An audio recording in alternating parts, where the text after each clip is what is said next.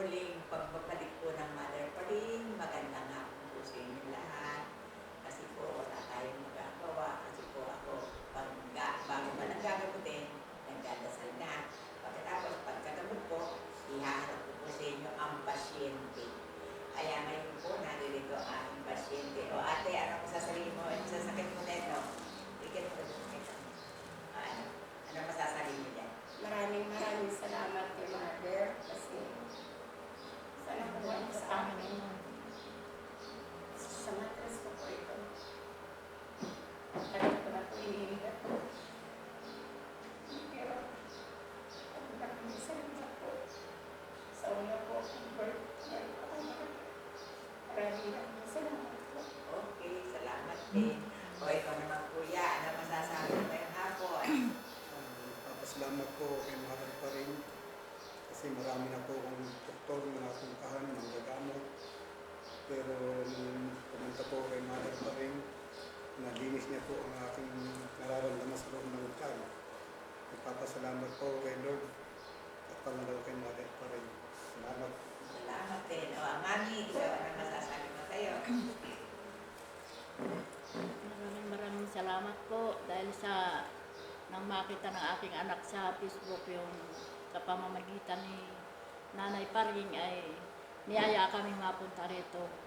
At natugunan naman po yung nararamdaman ng aking anak. Ngayon po ay sa pamamagitan po ni Mother Paring ay gumaling na po yung aking anak. At maraming salamat po sa Panginoon. Hindi na po kayo babalik. O ikaw kuya, magsalita na. Tayo. Magandang hapon po. Magandang hapon po.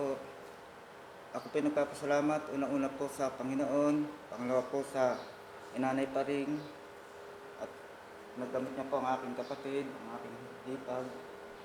Sana po marami pa po kayong matulungan. Maraming po salamat.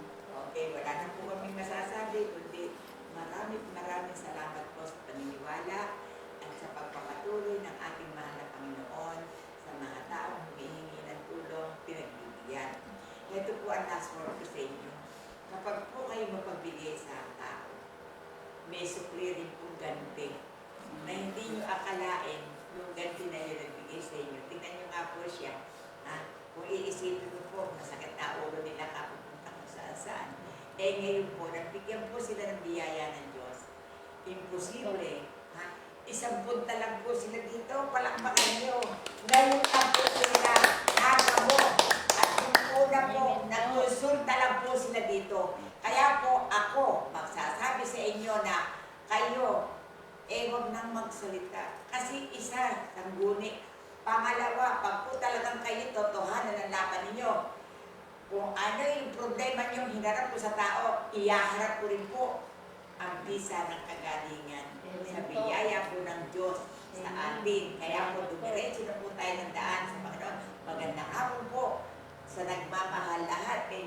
Maraming Magpaano salamat po? po. Lahat ng nagmamahal kay Salamat Mother po. Pauline. Maraming At yung salamat. hindi nagmamahal lang. Maraming salamat kay Nanay Paring. Lalo po akong lumalakas pag po ako nagkakaroon, may naririnig. Ang tangi ko po sabi sa inyo, salamat sa inyo. Diyos na ang bahala